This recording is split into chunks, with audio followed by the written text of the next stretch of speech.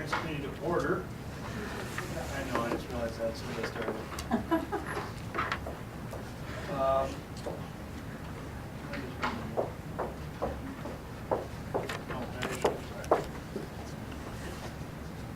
We're on the roll call. Dornick? Here. Rath? Here. Seider? Schley? Here. Wilson? Here. All right. We definitely have a quorum, so any additions or corrections to the agenda? I don't have any to suggest. I make a motion to approve the agenda as presented. Been moved and seconded to approve the agenda. All in favor, aye? Aye. Opposed? Motion carried. Citizens Forum. Any citizen caring to talk? All right. We'll go through several. Just come up to the podium, state your name and address for the record. There will be a chance for, if I'm guessing, you might be item number 6 on the agenda if you want to Yes. wait, or you can speak now as well. That's up to you. Well, if I can speak on that, it's all this time. That's fine. Okay.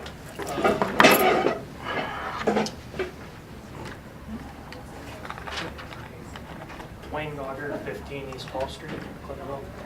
I'm just making a comment on item number 6, the appeal of Joseph Larson. I've known the kid since him and I have grown up together, and we've all got things in our past, and I think that he should be given a chance.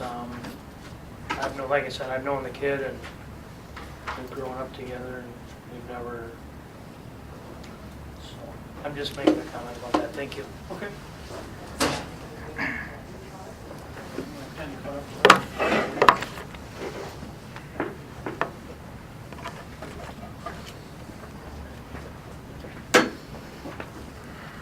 Brad Rokas, 213 North Clinton. Just want to make a brief comments about the budget process. As it pertains to spending some money out of the undesignated fund balance. I have requested, I have not gotten yet, but I'm sure I will in the near future, some past numbers out of previous audits for what the fund balance had been at. I'm kind of curious as to if any of that has been spent, what it's been spent on. I don't necessarily think having a operating deficit and spending money out of that is necessarily the best option. I'd also like to know, I believe that it was stated it's like the balance is at about 1.7 million. And is that actual capital that if there was an expense that came up for the city that they needed to spend 1.7 million, is that an account where Peggy would be able to go to and cut a check for that full amount? Because if that is not, then that's not true capital that can be spent. I also urge you to contact your auditors and talk to them about their exact definition of the fund balance and what that means. Is that liquid assets or is that tied up someplace else? And look real hard at if you spend that money this year, we're gonna all be right back here next year with the same structural deficit. Same operations are gonna have to take place. City's gotta run, I understand that. But at the same time, we have to look at maybe smarter ways of doing things or different ways of paying for things, or just make some tough choices. But just afraid that if we're dipping into that money, which isn't a rainy day fund, it's not a slush fund, it's not as it's been portrayed. We're just kicking the can down the road, and we're going to have to deal with it head on sooner or later. And the further down the road we go before we actually deal with it, the more painful and more expensive these things always are. Thank you.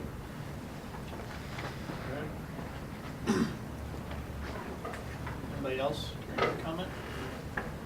All right, I don't see anybody else out there. So. Okay, we'll move on from Citizens Forum. Go to the approval of the minutes from the September 8th and October 13th meetings. Any additions, corrections on those? I make a motion to approve the minutes. I'll Second. Moved and seconded to approve the minutes for the September 8th and October 13th, 2014 meeting as presented. Any discussion? All in favor, aye? Aye. Aye. Opposed? Motion carried. Item number 5, financial reports, approval of city bills. Do them together as usual. Questions? I have a couple comments to get this early. That's what I used to do when I got here. On page 26, Second page 26. yeah, under municipal shop operations, ladies' gloves. Is that, we have a lady working now in the municipal shop? Just actually was used. Oh. We double check that. Okay, okay.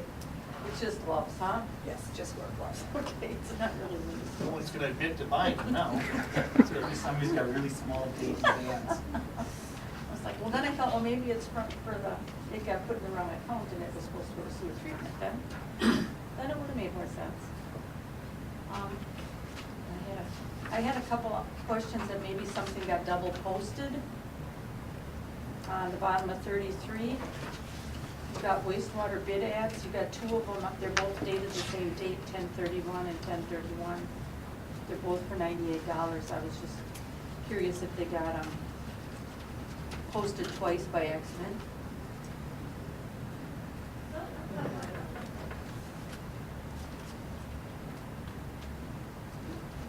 They're both for $98, and they're both the same dates, that's why I find out.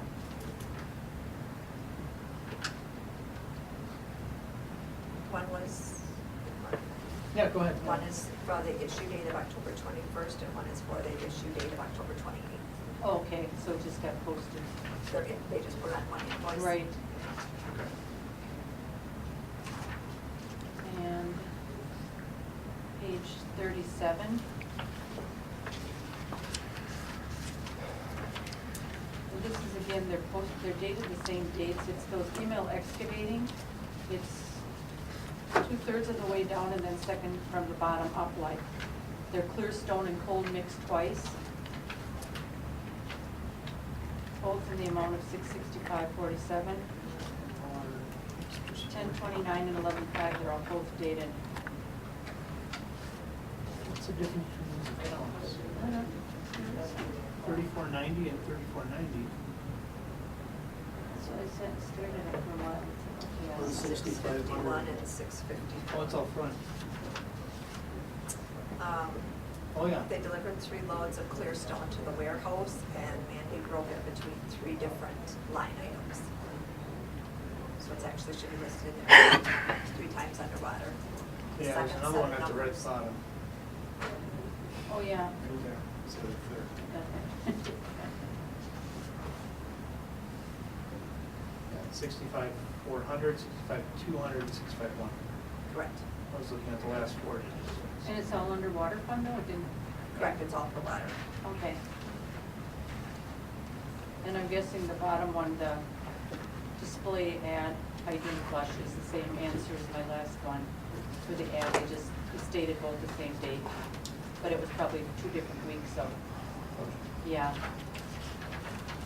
That question's answered already then. Okay. Okay, that's all I got. Other questions? John? Bill? Bill? All right, anything on the financial reports or the bills? We'll do them together. I will entertain a motion. You guys ready? I'll make the motion to approve the bills with the amount of $1,154.64. I'll second that. Discussion on the motion. All right, roll call please. Dornick? Yes. Rath? Yes. Steiner? Yes. Schley? Yes. Wilson? Yes. All right, motion carried.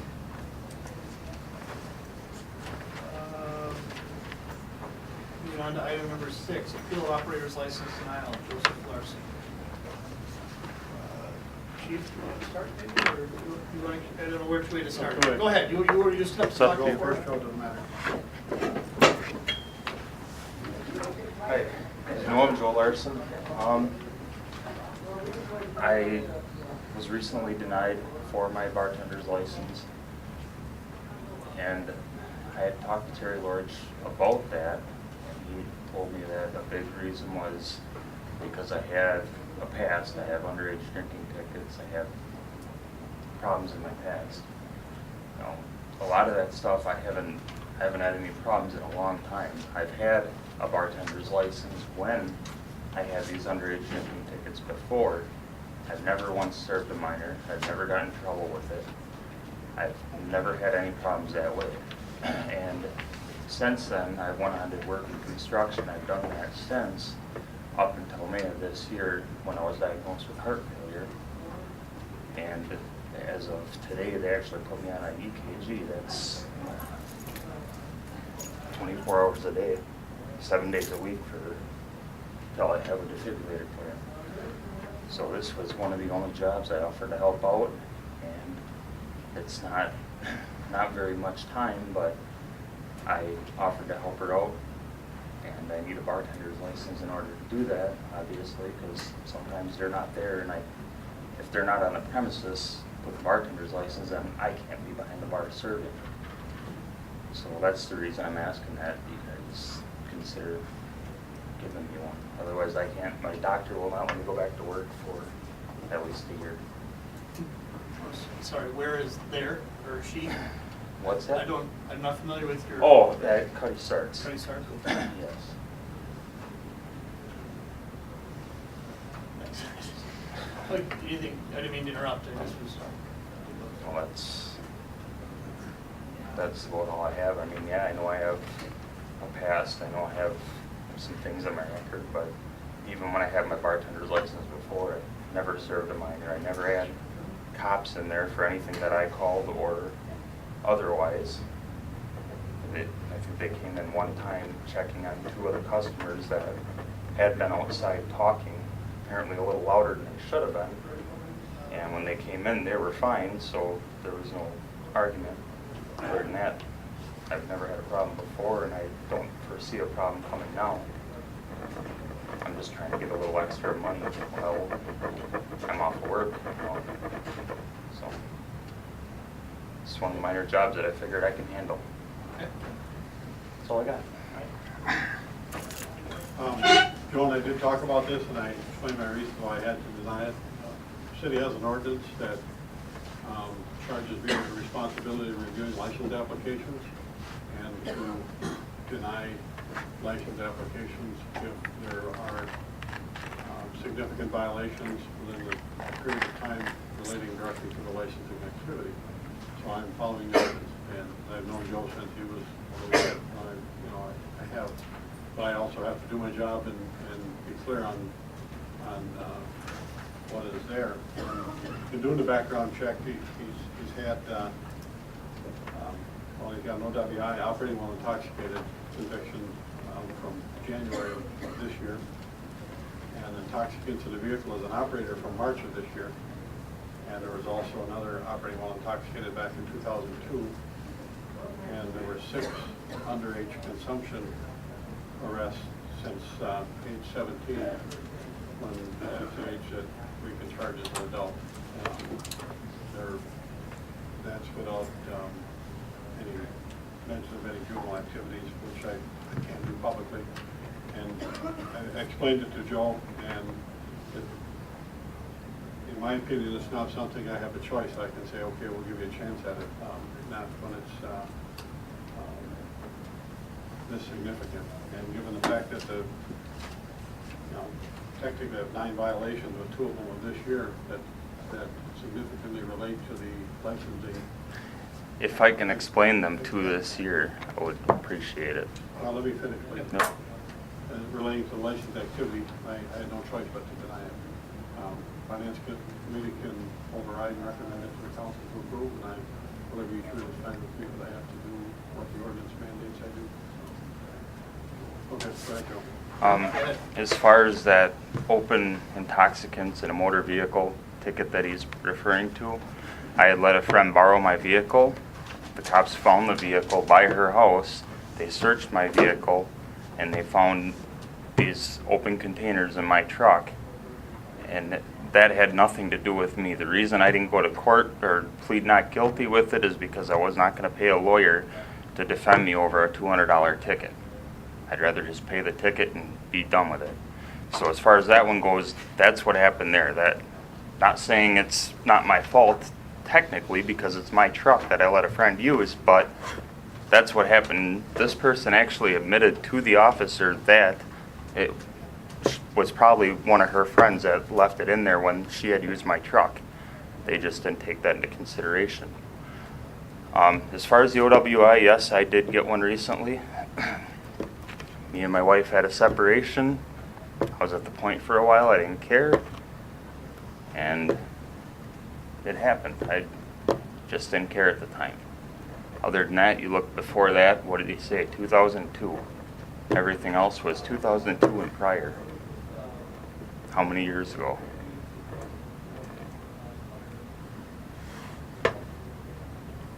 Any other comments? No, unless you have questions, I'll be on. I just have to review the record. Anything else to add? No thanks. Discussion or questions from the committee? Any? Isn't our normal practice, like on an OWI, Terry, a 2-year? It has to be 2 years old. 3 years. Well, that's what it is. Go back 3 years according to ordinance, yeah. And that's usually what we follow, is how long our ordinance tells us, and that's usually, I don't think, have we ever made exceptions? I mean, we usually, it's pretty fresh, the OWI is pretty fresh. Yeah. It's Well, pretty fresh. due to my heart condition, I hardly drink. I Yeah. can't anymore, so Hold on. I'm sorry. It doesn't change the, you know what I mean? It's, Bill, each place. Joe, are you going to be working a specific shift? I think sometimes during the day, but also at night, but I'm not 100% sure. I was working a lot of nights, but I was also working with someone. I had someone else there with me.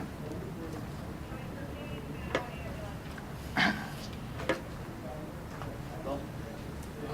Yeah, we've denied other folks in similar circumstances. And that it becomes difficult to pick and choose whom you're going to give a pass to when you've already held to the ordinance previously. Clearly have some mitigating factors, there's no question.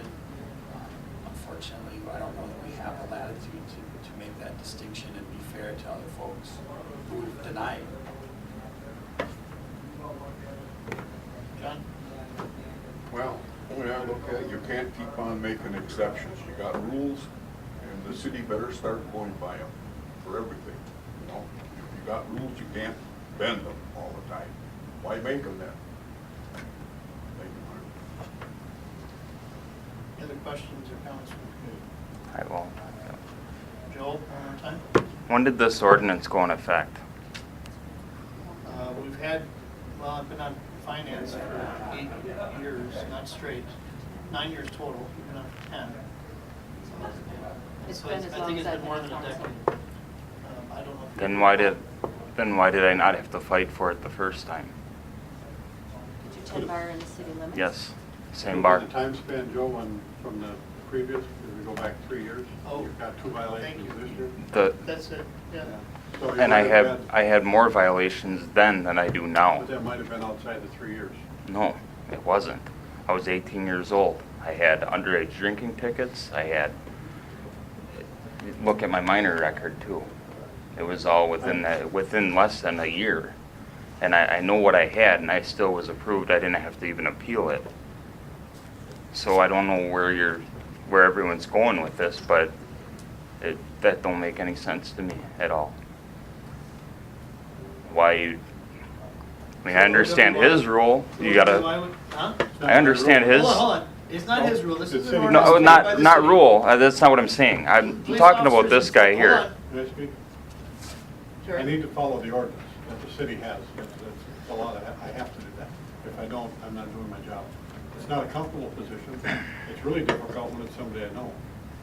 And I'm the last person that wants to affect someone's employment in this time.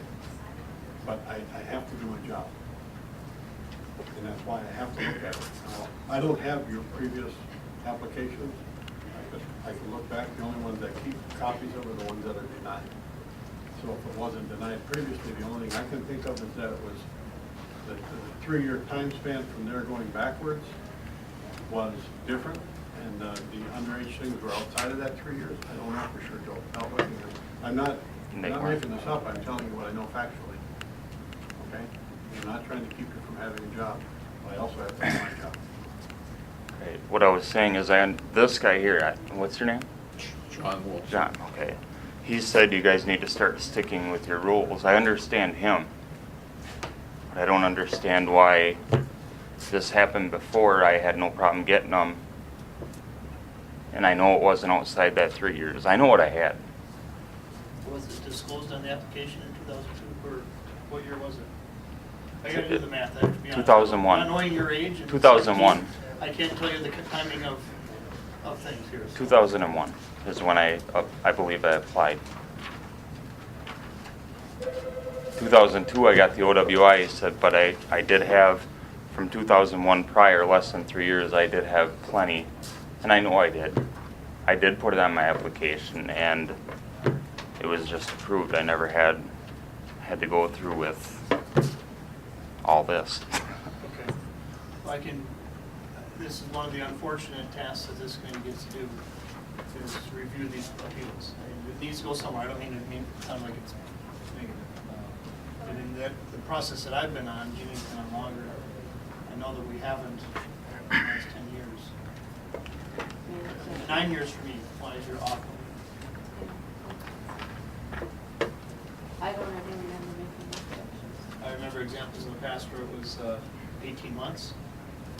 I said it wasn't denied.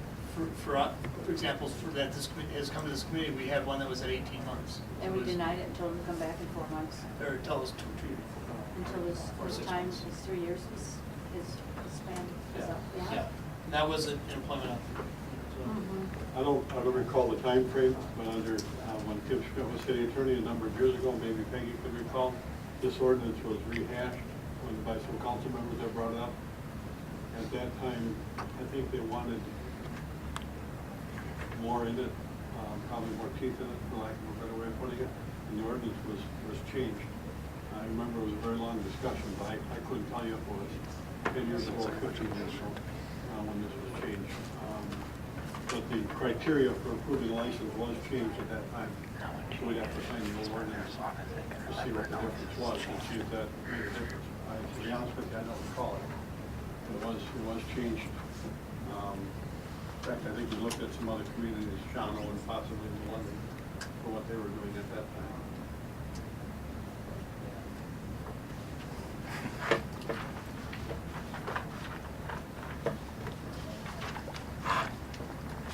Any other discussion? A motion?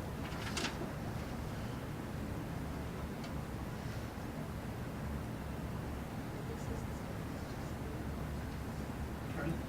I just want to comment, it's not just your city ordinance, but it's also state statute 125 that gives guidance on if someone is a habitual law offender, is the term they give them, then you can deny an operator's license. The second question is, if they've ever been convicted of a felony, misdemeanor, or other charge, then if you answer yes to that question, the third question is, do these convictions substantially relate to what they're going to be licensed for? If the answer is yes, then you also can deny that application. There are some guidelines as to, Clintonville doesn't have them, but other municipalities have adopted them more thorough, where if 2 convictions are within 1 year, it's an automatic denial. If so many are within 5 years. So, offhand, I don't know Clintonville's off the top of my head, but I know we have something in there that gives a timeline.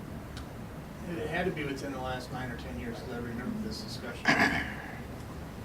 Bell for you? Yeah, it vaguely rings a bell for me, but You and I have been on safety and ordinance for, a long time. I remember that word, when you said the word there, the word in the verbiage. The habitual. Yeah, because I remember habitual was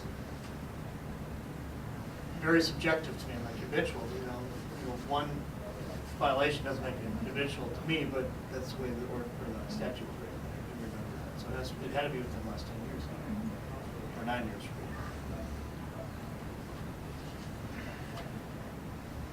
Bill? So, just so I can confirm, I mean, this has kind of been the rule of thumb while I'm here, so I just want to confirm, this is our current ordinance, the 3 years. That's what I'm just looking for someone to. That's right on the application. Yeah. I remember there being 2 years for I can read it to you if you'd like. Would you please? Yes. All right, I got a copy. It says, list any offenses in the past 3 years you've been convicted of which were felony, misdemeanor, or local ordinances would substantially relate to the licensed activity or is a habitual law offender. Include juvenile convictions and alcohol-related traffic violations. Then it talks, says drunk driving, open intoxicants in the vehicle, etc. Continue on back as necessary. Include all convictions, whether they occur in the state of Wisconsin or anywhere else. Please read the detailed instruction sheet which is attached. And that's what I have to follow. That's in the ordinance. That doesn't I may have say. misspoke earlier. I don't know if it was 18 or 30 months or whatever. I remember I know it there was was an close. individual that was, It was a closed window to the. and our Bill was on then, or maybe John was. I know we did deny then, and that individual did reapply, in that case 6 months later, Yeah, whatever and it was approved because it was a clean record. Mhm. I had a couple questions. Okay, more discussion? We're gonna go with this way? And Okay. It's okay with him to ask questions here. Is it, any more questions from the audience? Is that okay? Yeah, that's Oh. good. All right, go ahead. If it says to state what you've done in the last 2 years on there, like he just read. It doesn't say you're going to be denied. And if if it would say that you're going to be denied automatically because you have an OWI and alcohol related, 2 of them within the last 2 years, what would be the point of paying $65 to you guys or to the city and applying for this, knowing you're not going to get it, and knowing you guys aren't even going to look at it and say, well, yeah, maybe we'll give this guy a chance. What's the point of even appealing it? How does that make sense? So do I get a refund? Huh? I'm told yes, minus it, is that from background? 20 or 20, yeah. Administrative costs at the very top. Is it on there? $25 non-refundable fee on all license applications. So they'll get a refund for that. Yes. So $40 will go back. 20, was it 20 or 25? Maybe $40. 25 that's not refunded. So you will The get- 65, so 40.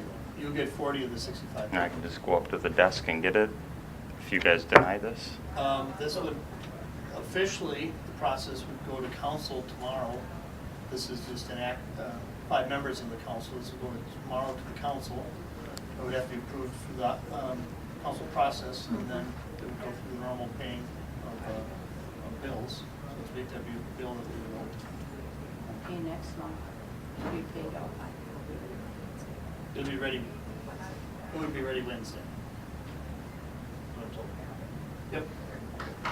Again, now, to answer my first question, what's the point of even filing for one? Joe, when you fill out this application form, it tells you that, basically it says be aware that we conduct a thorough background check. We've had people in the past that have filled it out and not been completely truthful with it, hoping that we wouldn't catch it. We catch it. It's very, in the background check process, if there's a conviction, it's going to show up when we do the background check. So then those people have been denied for filling out a false application. They might not have even had reason, there might not have been anything that's significantly related to the offense, but they filled out a false application by not putting down the offenses that they had. Okay, now you want to answer my question. I think it That did not answer my question. My question was, what's the I'm point? not going to argue with you. I'm not arguing either, but I didn't why doesn't it just state right on there, if you have more than 2 alcohol-related offenses in the last 2 years, you will be The denied? answer is it's not only alcohol related. If there are 2 related offenses in 2 years, It period. could be drugs, it could be. Right, I other understand things. that. And so there's But if it was stated on there, a lot less people would apply that, like me, for an example, I knew I had this. I wouldn't have applied. I wouldn't even bothered. Okay. That's my question. That's why I want to know why it's not on there. Can you put it on there? The previous city attorney drafted this document, and that's the one I'm mandated to use, and that the city clerk is mandated to hand out to people. It's a fair question. We can look at that. It would have to be worded in such a way, I was thinking off the top of my head, that it would cover, not be limited to, whatever offense happened to be on there. So if we had said only alcohol on the application, Right, but it was a legal drug offense, right. we'd be now in a situation where the application said this. So I think it's worded in such a way that leaves it a little open-ended, so there is latitude when there is a drugs and alcohol-related crime. And I know it's not only related to that, there's just other things that, besides those that would go into it. It's listed on their felonies. Even if, Mark, Bill. if I may, section 12, I was able to find it in the ordinance, at least I think I have. So it's section 12, subsection 5. It's under investigation, denial of application. And section B of that lists 4 components, which I think mirror very much what you were saying. The clerk shall refuse to issue a license to the applicant for any of the following reasons. The applicant contains any material omission or materially inaccurate statement, which the chief had referenced. Then 2 is the one of important here. The applicant was convicted of a crime, statutory violation, or ordinance violation within the last 5 years, the nature of which is directly related to the applicant's fitness to engage in direct selling or solicitation. So we have similar procedures, like if not beyond bartending, it would be liquor license, or there's all sorts of licensure issues, for gravel pits or anything of that nature. If it's been shown that the applicant has violated the law in their specific area of work, then that according to this subsection makes them a possible case for denial. And whether you was a bartending license or whether you were trying to get a permit to sell carnival novelties, which is another one that we do. If it had been shown that you had broken the law in those areas within a 5-year span, that's where we're at. As to what happened in your previous component, it's a fair question and it deserves an answer. I can't speak to that. Given what we have here, I don't know that we have a whole lot of choice.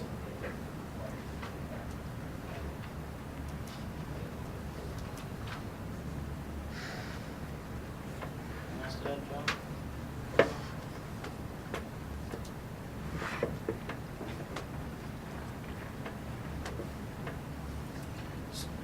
Go ahead. So with that, Mr. Chairman, I would motion that we submit a denial for the application in question to the full council for their consideration. I'll second. You moved and seconded to deny the appeal of the operator's license by Joseph Larson. Did I restate that correctly? Yes. Further discussion? Roll call, please. Rath? Yes. Steiner? Yes. Schley? Yes. Wilson? Yes. Dornick? Yes. Motion carried. see you later. All right, we'll move on to the operators presented before us on page 40. Back on page 40. Both have been approved by the police department. I would make a motion to approve them according to the police department, the law and the moving. All right, I'll second that. Any discussion on motion to approve the operators on page 40?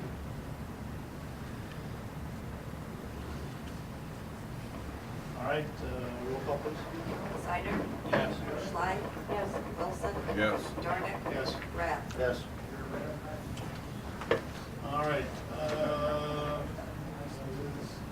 Declare time clock surplus. I think you're going to talk. Where'd that take? I'll start it, Peggy may have to fill in some details, but apparently some time back, there was at least one employee in the city that city administration was having some problem with in terms of when they were at work, and a decision was made to install time clocks for all city employees. And those time clocks were purchased at a cost of about $450, as I understand. And the program was never implemented. For whatever reason, the city administration decided not to proceed with it. And time clocks have been basically sitting on a shelf and collecting dust. And quite frankly, in a municipal setting like this, time clocks are very unusual. It is an honor system, and professional employees in a government operation almost never see time clocks utilized as a method of checking in and checking out of work. So basically, we think we can get some money back for these, and we recommend they be declared surplus, and we are hoping to send them back to the company they purchased from, but they won't accept them, so we'll have to sell them on the municipality's website or some other websites that are available for liquidation of equipment. But they're a product that has some value, but they're not worth anything sitting on a shelf in this situation.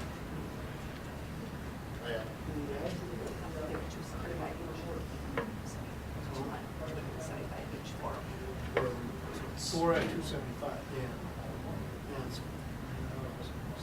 Looking for money, that's all. Phil? I would motion that we declare the time clocks as surplus and direct staff to liquidate them on the appropriate commerce website. Second? I'll second it. All right, discussion. Just One question, Administrator. If you said it, I'm sorry, but how old did you say these clocks were? big loan they purchased. I believe it was February of 2013. Oh, so they're fairly young. Year and a half.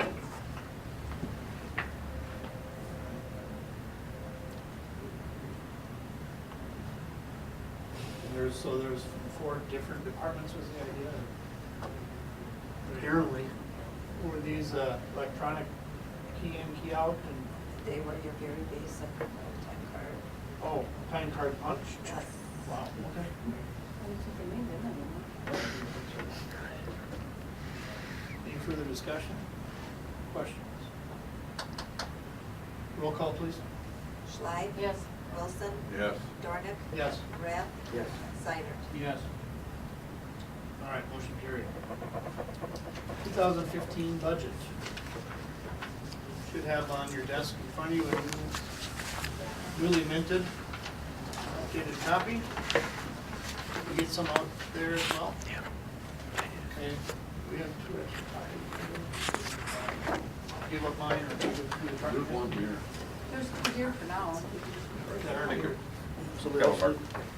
Okay, Paul, did you? Paul, that's okay. It's okay? I'll sit up. Wait, look at this.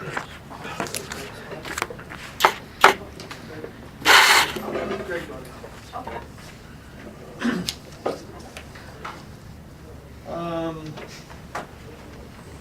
Highlights? Sure. We continue to massage the budget and find some things that need to be corrected, moved, and clarified as both the clerk, treasurer, and I work through this, and also as your finance chair has taken the time to do a very detailed analysis of a lot of the budget line items. And we were still making some changes in this as of this afternoon. So you have the latest in front of you. There aren't any real major changes from the last version that you saw. I think the key thing right now, moving towards the public hearing and council adoption is how we're gonna handle the deficit that we have between expenditures and revenues. And that sits, if you look at the first page, that fund balance applied, that sits at $180,189 as of this afternoon. I've got a couple of ideas on that, as far as what you might do. One is to reconsider, and this isn't gonna address the entire issue, but one is to reconsider the discussion that took place on employee health insurance. And I'll pass out a summary of, well, that's the levy, I'm sorry. Why don't you hand that out too? Okay, I'll go this Because way. that's just as important, huh?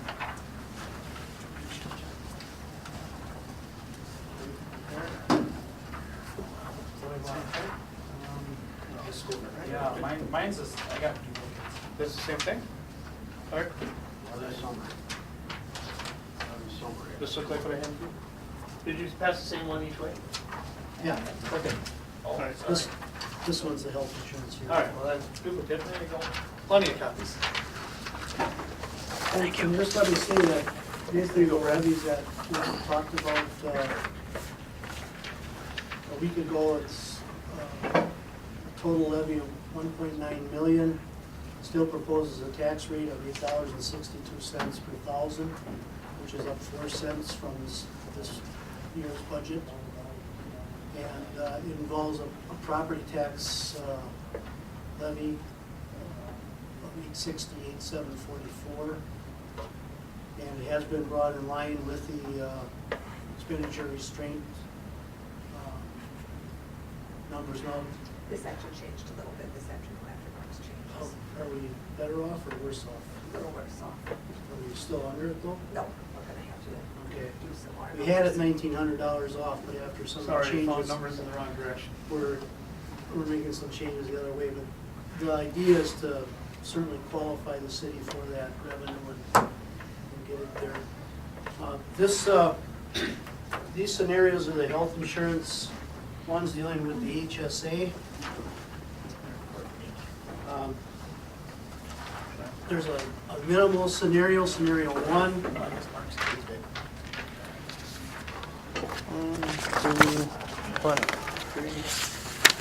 Where we would institute a $500 employee pickup under the HSA. Currently, the entire amount is picked up by the city. And you can see up on top that that's savings of $12,000 for the city. And there's two other scenarios, going back to what we had discussed last week. Scenario two with the $500 and then the last $1,000, that would get $24,599 in savings. And then the third one would be to actually increase the employee premium on the health insurance to 20%.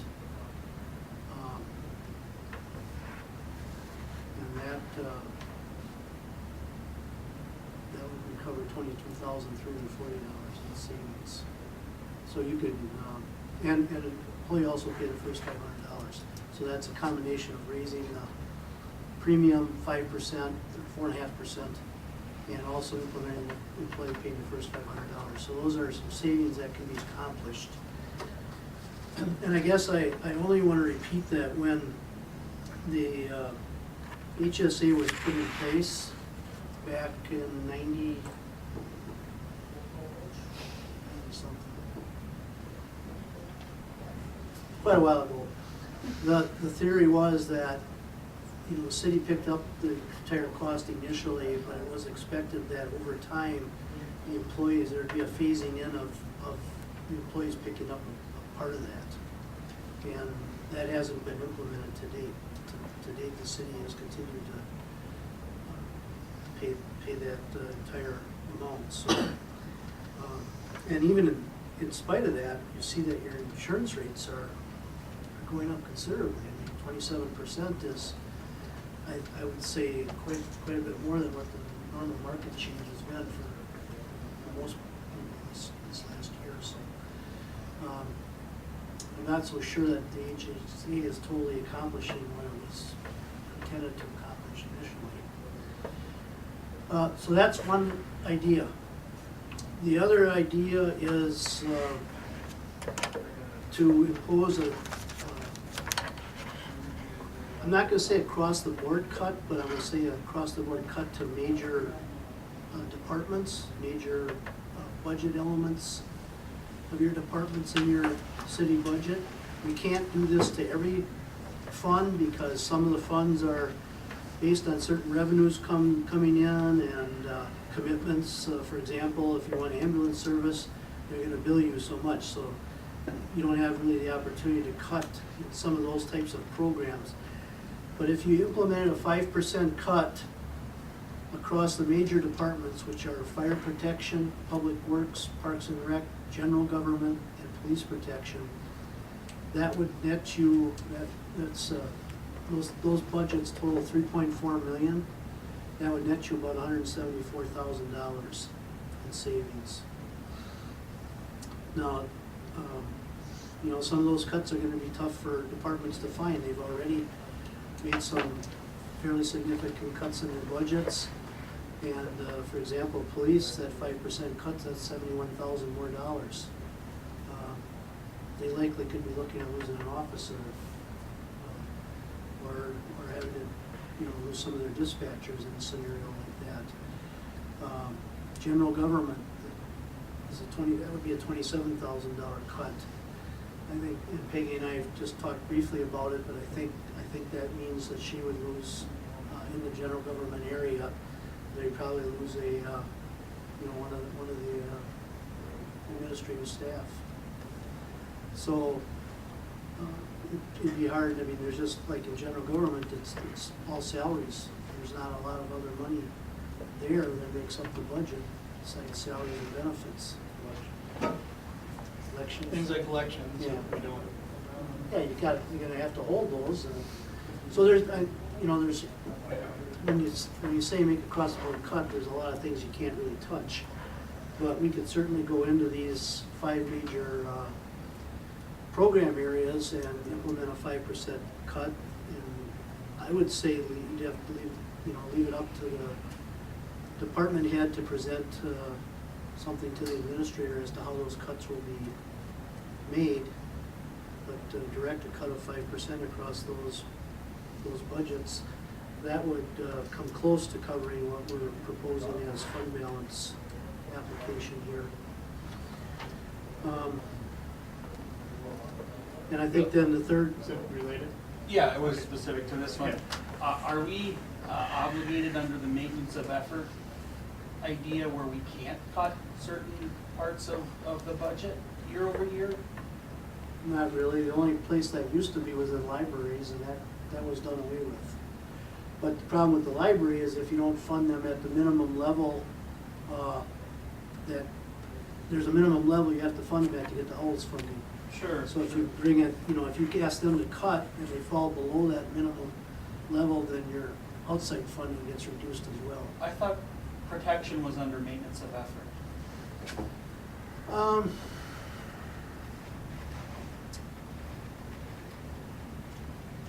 It was. I don't know if that's still there or not. Well, that would be something to determine. Yeah. Are you guys familiar with maintenance of Yeah. effort? Good, Chuck, can you explain that for the? When, under Act 10, when they went through cutting with the unions and everything, there was a maintenance of effort requirement put in that communities couldn't cut their police departments below certain levels. And it was basically established by prior budgets. Now, I don't think it applied to their entire budgets, but basically the staffing levels that they had. You had to maintain a certain level of expenditure for police protection, fire protection, and those types of things. I don't know if Chief was here, he must want to start. And Police and Fire Commission.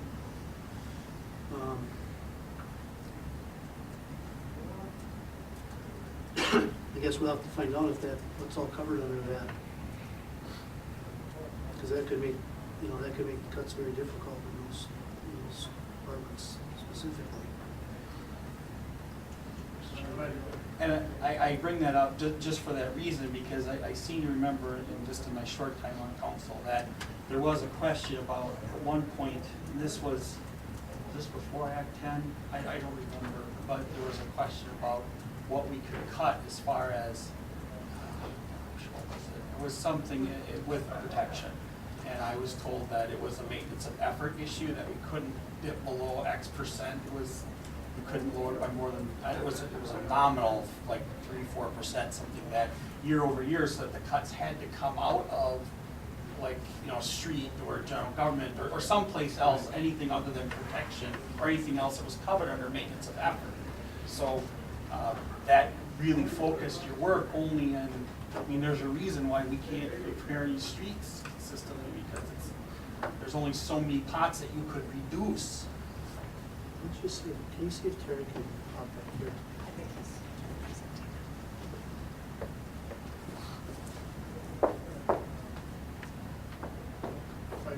Fire usually presents first and police goes second, so that allows it to be in this meeting and be over there. So we can always come back and visit that. The third option we go back to is, again, looking at city facilities and the costs of operating those, and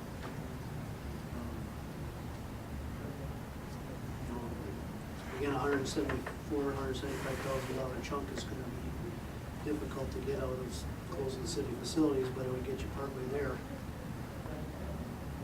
Like 80,000, $90,000. One option to consider, I talked last meeting, we need to have a plan before we close anything, but if we said, pool might be a bad example, say we're going to target the old Army Rec Center, what we call it. We said our plan was to close that effective April 1st or something. It gives us 3 or 4 months to find those. We still have to budget for the heating season. It allows us to find alternative uses. But it does obligate us to find alternative uses. Or not uses, but Where else we're gonna go, homes yeah. for the stuff that are there. Or the pool, for example. If you decided, yeah, we're not going to reopen that, and it gave us time where we had directed that the council directed we formed a committee to determine the outcome of that pool, whether we're going to reclaim it, rebuild it, redo it, whatever that became, that would be an option. I like what you're saying. Would it be possible or advisable to use the 177 whatever this at 180 now? Could you, because these cuts where we would be talking about the 5%. Sounds like not a whole lot, but we know that there would be major impacts. And in all fairness to not just the employees, but to the citizens, so they can understand what's going on. In a perfect world, let's be candid, we'd have started 6 months ago with this discussion when we're talking about something as major as losing a police officer or something of that nature, and brought in people to better understand what the implications of these losses would be. And we would have come to a consensus and do what we need to do before the timeline.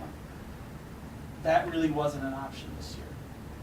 Okay, so now we're left trying to make a really important, intense decisions that are gonna have all kinds of impacts.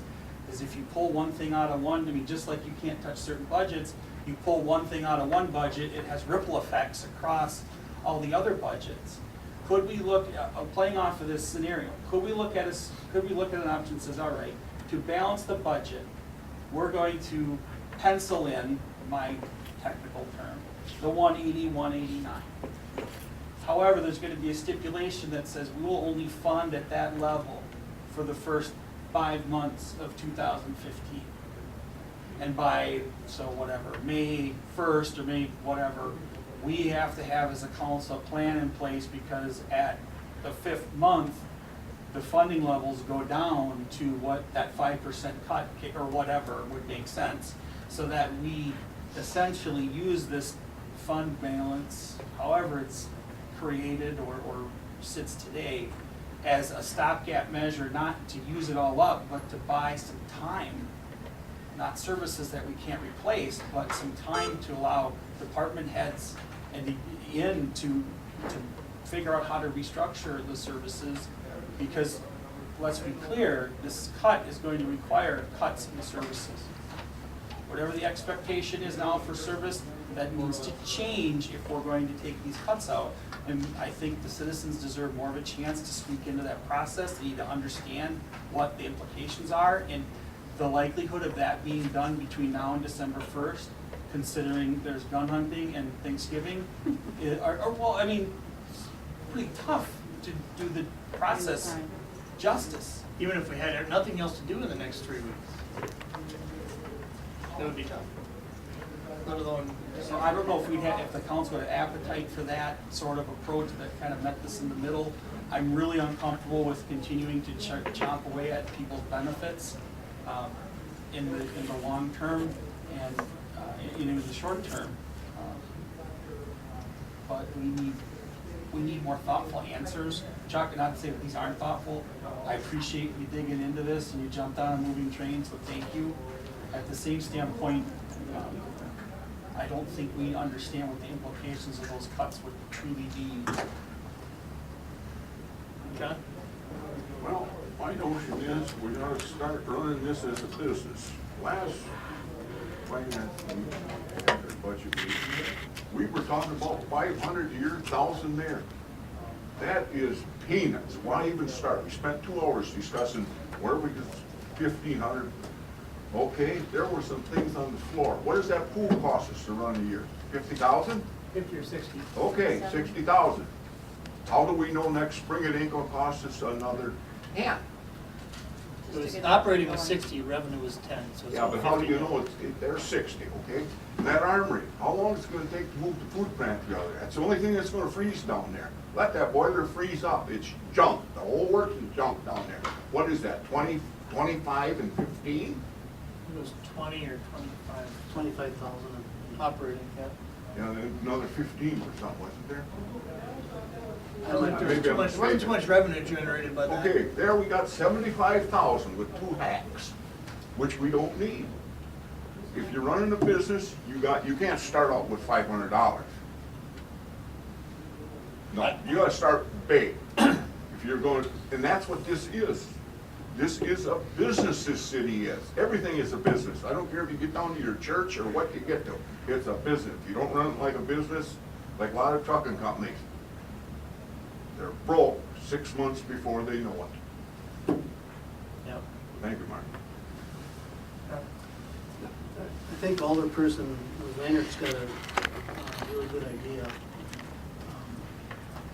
I've had councilmen ask me if we can merge departments to build efficiencies, and ask me all kinds of different things. And quite frankly, in the 2 weeks I've been here, I can't give them an answer to that type of thing. I mean, I just haven't had time to delve into any thoughts about combining departments and maybe saving staff that way. But that would give, that idea would give opportunity for some time to do some study on some of the options that are available and as you said, provide the public with the opportunity to weigh in on those types of decisions. And I think to some extent, as we mentioned last week, we've had 5-6 budgets where there has been a fund balance applied to the budget and it was never spent. But in a way, that would be a very similar concept where you're applying it to balance the budget, but with the idea that you're not going to spend it all. Maybe not even spend a major part of it if you can get the right decisions made. I'm assuming in those particular years where there was fund balance applied, there was ways that the department saved money during the course of a year that didn't require them to spend that $60,000 to $90,000 that was put in that budget. So, you know, you were able to end the year without utilizing the fund balance. And that certainly could happen in 2015, but with the idea that there's going to be, you know, targeted decisions made on how to lower expenses of city operations with community input. I think that'd be a great way to handle it. And so that I certainly would support that, and it would you know, it would mean that the council and the department heads will have to delve into this relatively soon in the new year and to look at things. Might start December 1st.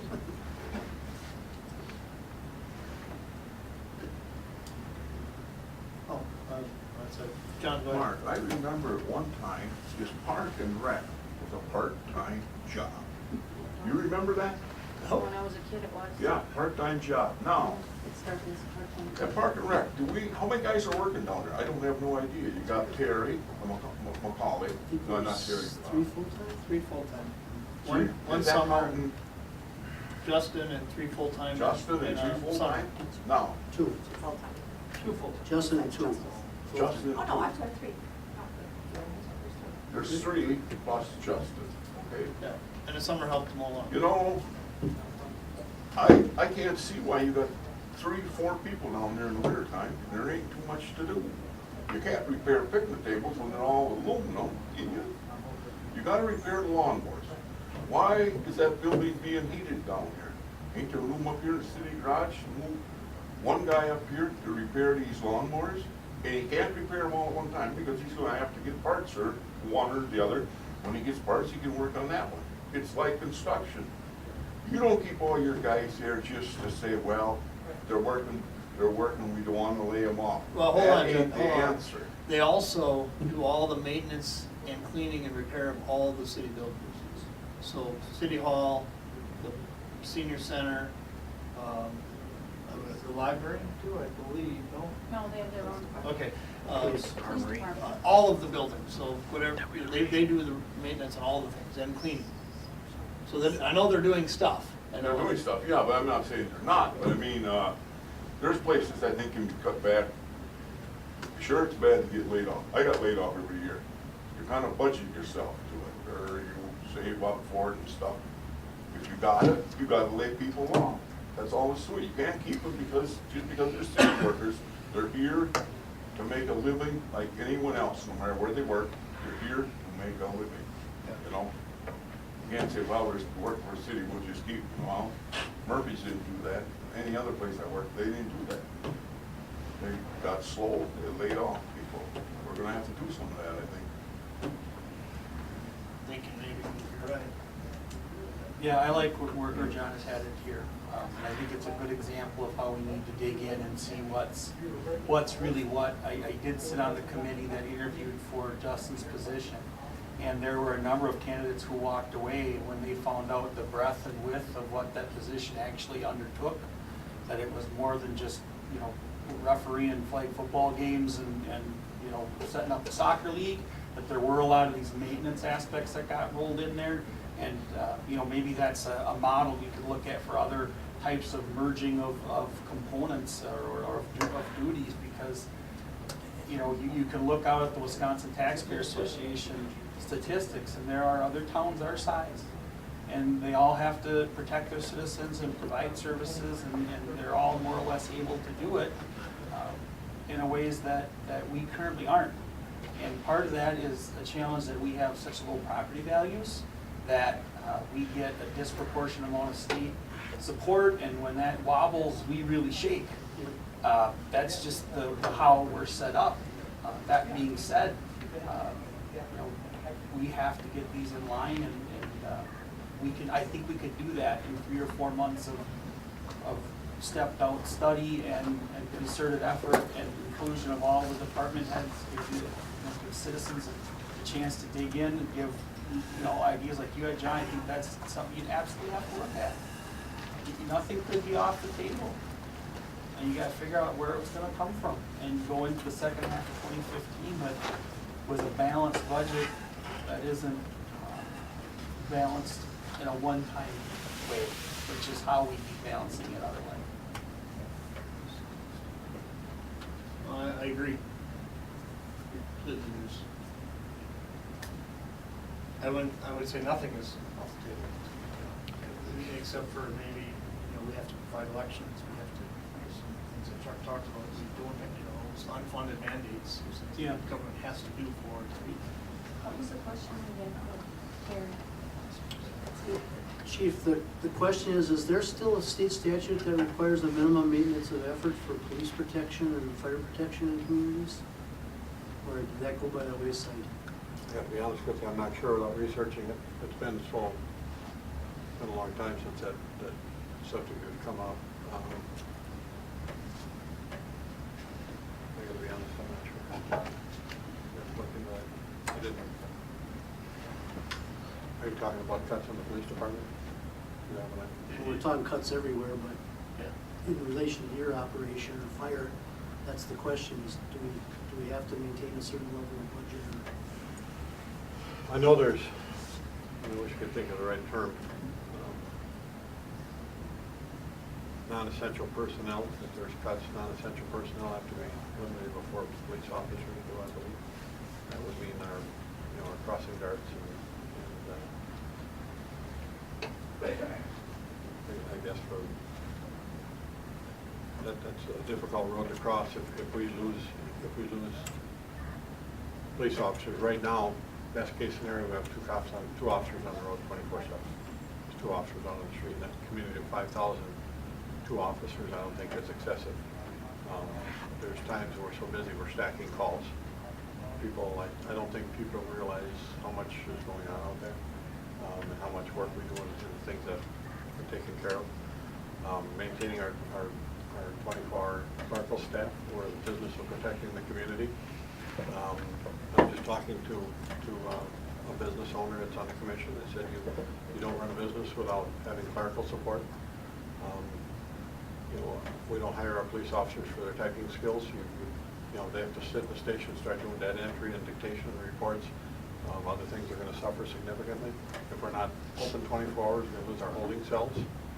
That was a $40,000 investment when we put the new station together, because we only had 1 cell here because we couldn't certify anymore because of the size. So we've got the 2 holding cells, we'll lose those, so then that's going to cause overtime every time somebody's in custody, which is pretty regularly. You're going to have to call in people on overtime to transport to a backup because we can't hold it here any longer. And it's an effect that you take away one thing, a lot of other things are going to fall by the wayside. In my opinion, we've been bare bones for a lot of years. This started back in 2003, and we've done the best we could with what we've had. And to keep 2 police officers on the street, I don't think we can reduce anything else. You cut the crossing guards at $10,000 or $11,000, but all the uniformed officers can still have to cover those crossings because those children have to cross that. And that's even half funded by the school district, so you're only going to gain half of that. And then you pull the liaison out of the school, so he's back on the street. You're going to gain $45,000 or $49,000 there. That's half. That's his half of the position that the city covers. So I don't know how you can.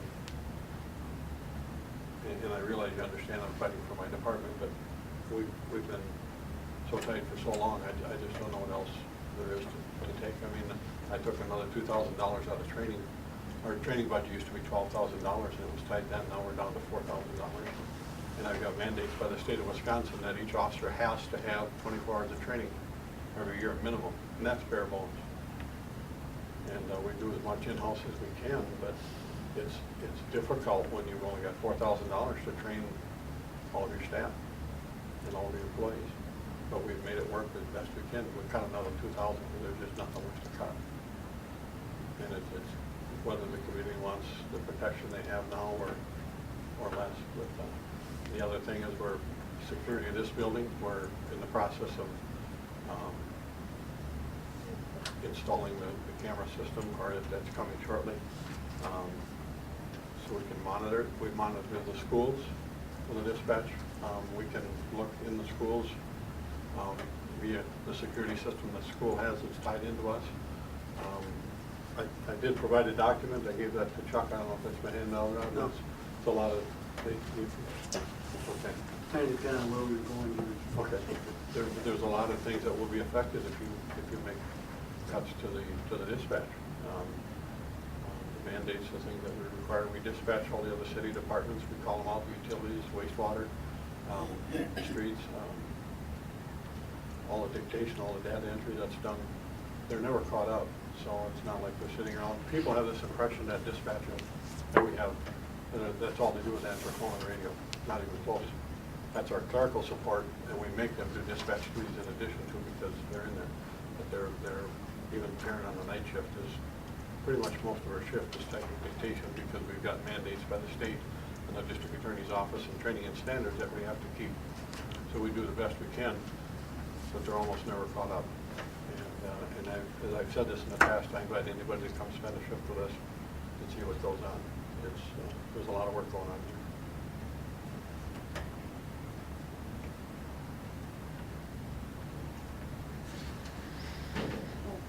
Yeah. Because I was thinking the same way that Bill was, as far as you putting the fund balance in, but then trying to proceed, like for instance, come spring, if the pool is gonna turn into a money pit like it did this year, just shut it.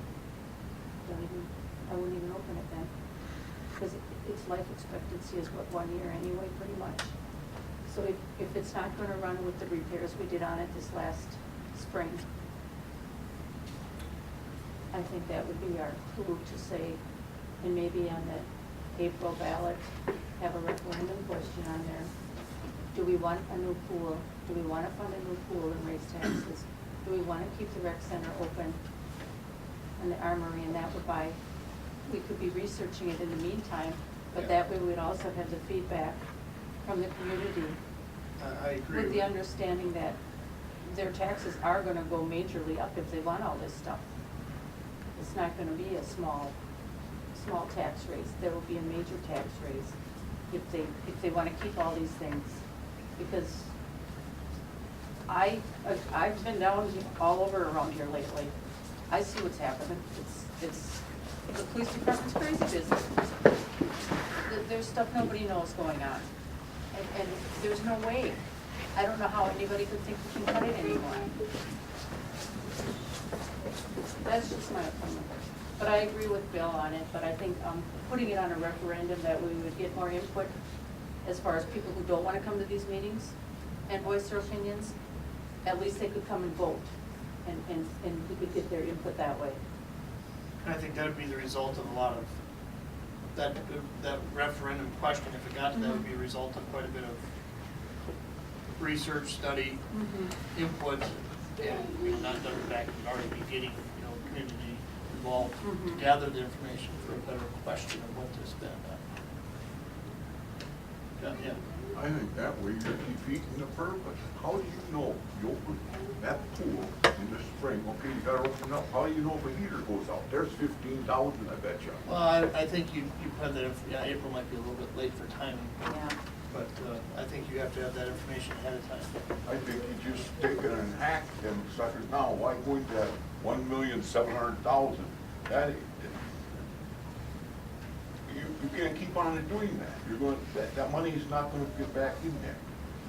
And it's just like that army, you're going to heat it all winter, and it goes down the spring. That don't make no sense to me. It's like heating the house, heat it all winter and tear it down the spring. That ain't the way to do business. Well, if we went this way, John, I hope we would start December 1st. We have the budget, it's adopted, Have it done. and start right away. And if that's the direction that the council or that committee, wherever we decide to go, then we can say, well, by December 31st. I don't want to get too excited here, but December 31st, we say, we found a home, or we're doing this, this is the plan, we stop heating. Yeah, you can't. We'd have to winterize it and those things, but. There wouldn't be no winterizing there. Just move the food pantry out of there. Oh, that old shack. It's ready to fall down. Look at it on the outside. I don't think the city wants to spend any money fixing that. Wasn't too long ago we were. Yeah, Close. Them windows you got in there, whatever they stuck in, you're gonna sell them out. One person stay in the wintertime and heat that big sucker. Why? You might as well go outside and build a fire in the snow. Mr. Chairman? Yeah. Do we need a recommendation coming out of this discussion, or what's our obligation to the council? I think we do need to provide better direction to staff than we did last time. Chuck and I were discussing some options about where our tax levy can go. I don't know if I'm convinced or he's convinced me. There's ways we could raise our general fund levy that would be in line, I believe. They'd be in line with what we were doing previously. And that we would levy 1.5 across our operating We let debt be debt. We service our debt at the level we always have. And the 1.5% increase is put across the operating levy, which is not how it is now, which is Vicker's opinion right now, and maybe I'm completely wrong. We're fighting for understanding and knowledge of this. But that represents about 64,000. 868 minus the chemical machines, 935. So yeah, it's a good chunk. 914, sorry. 914 on to 32. So 14 on 46. Almost 50,000, something like that. That would take it from 1.8 or 180,000. If we can do this down to, we'll say it's 50, so 130,000. That makes that chunk. Like, well, Axiom, there's Axiom 50. What's the cost of that? Would be about 24 cents in the mill rate. In other words, if we're able to do this, that's an if, and we'll hammer that out. 24 more cents. 24 more So cents. it's 28-cent increase In the mill rate total. And essentially what I'm saying is, let the 2,000 people of 2015 pay for 2015, not move it forward. Using fund balance moves it forward. Or we gotta find cuts. So that's, you know, on an average house in Clintonville, I think that's probably like $24.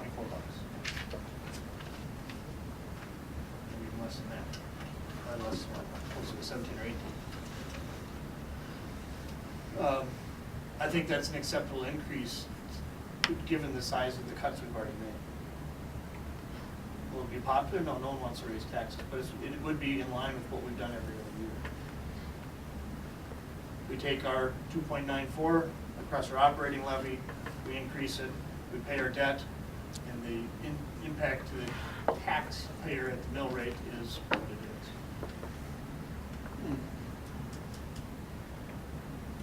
John? I think we should try something else with raising tax. You see how many people, I watch you in the morning, I've been watching. How many come to this town, and how many go out? We got more houses in town, you can shake 10 sticks at, you can't fill them. There's something wrong here. People don't want to live here. We did talk about that on the housing committee. I mean, if we, According to our true local realtors that are on the committee, the number of houses that are for sale right now in town versus what they were 10 years ago versus 20 years ago is the same. And it's in line with all the other communities around them that they list around. So it's not like we have an epidemic and Toronto doesn't. no. It's not good, I'll agree with you. But it is in line. It's not getting worse or better. We're not like in Detroit. You're down That would be a blocks. better example. Yeah. So I'm going to continue to look into this, and I could be completely wrong, I'll admit that. But, you know, I'm looking at 50,000, I'd rather, if we're going to agree to take 130,000 of fund balance with the idea we're going to try to find it, you know, close in the armory or the pool or whatever, it's easier, you know, we're 50,000 closer. But that comes at a cost of 28 cents. Is that right? And we can legally, under the revenue. The way I understand it, caps or yes. whatever. Now we're getting into whether, Okay. the way I understand it, and I'm not a genius in these things. So, Chuck and I need to hammer that out. So I bring that up because it is a big chunk. Talk about whacking out a chunk, that's a chunk. And if we can do that, then this council or this committee decide, is 28 cents in the mill rate worth it in the size of what we have to do? All right. Okay. So that information will be coming. I don't have it today.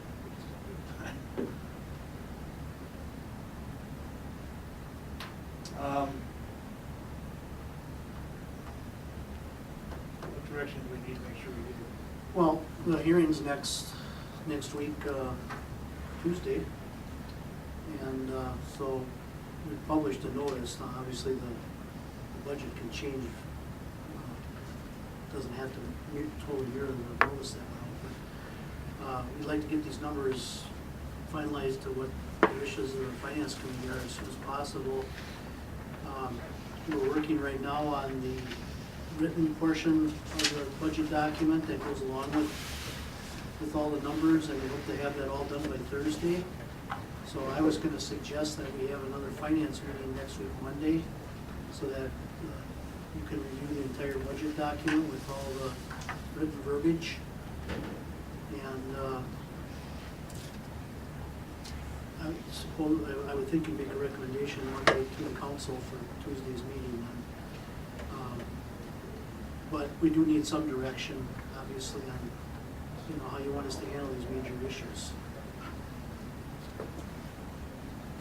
And Mark and I will continue to work on the issue he just brought up, because his understanding is a little different than mine of how the levy limits are determined. And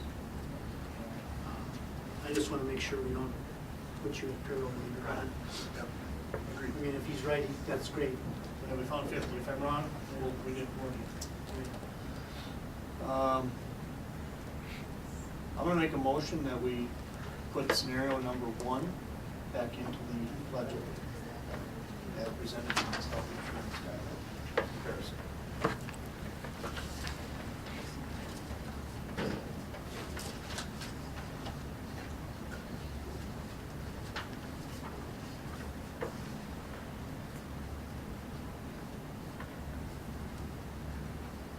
Is there a second?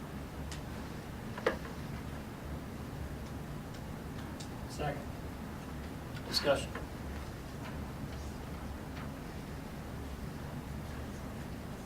I guess my comment is, we had a very good message from an employee last meeting, took that to heart. He's already not happy going towards the employee free anymore. This plan has been in place for 20 years to implement some kind of changes to the HSA. I think this is a modest one. Do I like it? No. I'd like to give them all raised according to their abilities. Those that deserve raises should get raises. I can't do that. Can't even, in fact, I have to take money away from them for good employees.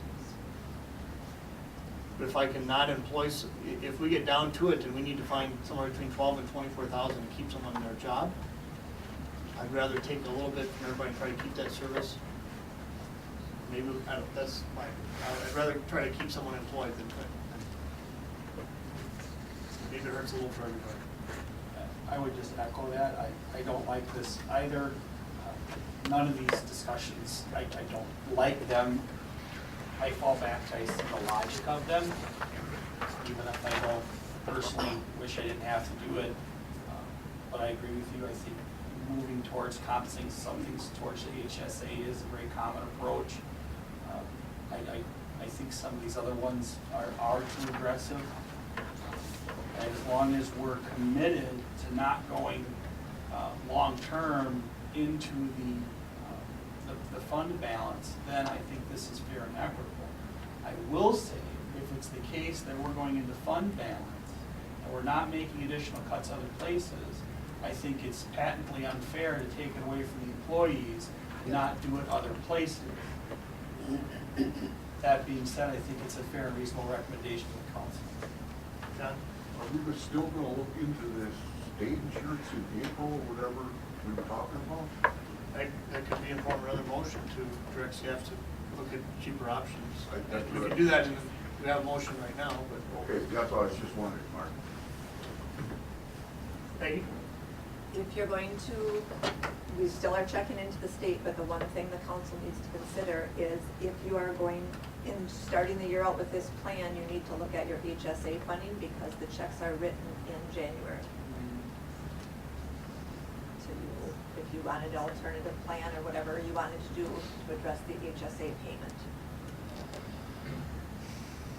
If you try to go to something where, only because this has been brought up, that we only pay when people submit their explanation of benefits, we need a third-party administrator for that, so that's incurring other costs due to HIPAA regulations. We checked into that already. Okay, understood. We're That's gonna not a have good to answer. remember that, Jeff. Yeah. All right, we can come back to that idea, or, not lose that. We do have a motion on the floor to implement scenario number 1, which is the employee pays first $500 of the HSA. As proposed on the sheet. That's about that's really the only change. Any other further, and this is just a recommendation that we put in the budget. There was discussion that other council members expressed against that, so that may come out when it gets to the council level. So it doesn't mean this is final. It's something to try to make the events closer to me. Roll call, please. Wilson, Yes. Dornick, Yes. Rath, Yes. Seiner, Yes. Schley. No. Motion passed 4-1. Also included, I'm just gonna remind that as of last council meeting, as of last finance meeting, a motion passed 3-2 to recommend the council to cut pay in half for 2015. That has to- Council pay. Council pay, right. That has to pass council, full council, in order for that to go into effect. And then, as again, it's stipulations of those that make the change have to be unelected or reelected. Those types of things. So that would be, I think it was about a $7,000 difference. That's also out there already, still. All these things don't, with those two, now you're talking 19,000. Making closer progress than 500 here or 1,000 there, as John was referring to. So, you need a lot more of those if you're gonna, you need 10 more 20,000 chunks to get there. They're not easy. Chuck mentioned next Monday, 17th, at 5 o'clock. Can I just do a quick check for quorum? Which day? A week from today, 5 o'clock. I will not be available. No? That doctor's appointment happens. That sounds like a no? Unless you're, I should be okay. Yeah, I could do Not that. that We can do I can make it. I hate to do this with just the minimum number for quorum. What about at 6 o'clock? I don't mind doing 6, but we just, staff sticks around longer. It would be, I have a 3:30 for work and hour and a half, meeting 5. I can, 6 o'clock is doable. I'll be close, I may be skating in here. If we can gain, I believe I can be here. if we can gain 2, that's definitely a good choice for me. Okay. 6 o'clock? So let's set the next finance committee meeting at the 17th, a week from today at 6 o'clock. And let me just think about location. Okay, we'll be in this building, but across the hall, they'll be setting up for election. Special elections next week. And on that note, the budget adoption, budget hearing and adoption will be at the community center. When is that? That's the 18th. The election is here, so. Oh, yeah, that's right. What time is that? 5:30 hearing. 5:30 hearing and yeah. It'll be on the council agenda for possible budget adoption. And it'll be your choice. If you're comfortable with everything, you can approve it that evening. If not, you can come back the following week and adopt it. I'm going to encourage any public or here, the media, people can come tomorrow to our council meeting and talk. They don't have to wait until the budget hearing to talk. They can talk during our forum or during that meeting and get plenty of feedback. It's just as valuable then, if not, if later. We need feedback and ideas. You can also contact any of the committee members. Lots of people may have done that directly with me. Give me feedback from what to hear. It's a matter of whether you want to do it in a public forum or not. It all counts. Any other, no, before I forget, John, did you want to put anything in form of motion talking about the health insurance? Yeah, I'll make a motion, we talk about that in April or whenever that comes to, for the state insurance. Okay, is that a motion? Yeah. Okay, I'll second that. all right, discussion. Now, what about the HSA? How does that impact? What was the motion? I'm sorry. The motion is to rediscuss health insurance for an April, whatever, April for the state program. That won't be too late, will it, It'll Peggy? be- Are you talking about not discussing it until April? Or when should we start discussing that? When can we get in there? If they could give us a better deal or whatever. Yeah, we have to get going now. We haven't even finished our other health insurance applications yet. No. We did get one more thing where their premium is higher than we currently have. United Healthcare is higher than Network. But we're still working on the applications that the employees all filled out. Okay. Waiting for more response there. So you have to guide me when you, So, I guess what I'd say is we are already working on the state, I don't know that we need a motion. right, we're looking working at on health insurance in general. What we need to find out about moving to the state plan in April is whether or not you're gonna be penalized by the current Right. provider. And if the timing with the HSA payments, But just realize under the current plan, you would be paying out the HSA in March and April 1st, possibly going away from an HSA insurance, but the employees would have that money, and that would be their money. you understand the disbursements for HSA and the 2,500 would happen in January. But we're working on it already now. You really wouldn't have to have a motion then. That's up to you if you want to withdraw or Jeannie, or do you want to have it on? I can withdraw my second. I'll withdraw. They're working on it already. As long as you're working on it, All okay? right. All right, any other motions for staff to help give them direction where you'd like to see information, cuts, direction? Bill? I contact everybody? No? I make a motion to adjourn. Second. Then moved and seconded to adjourn. All in favor, aye? Aye. Opposed? Motion carried. Thanks.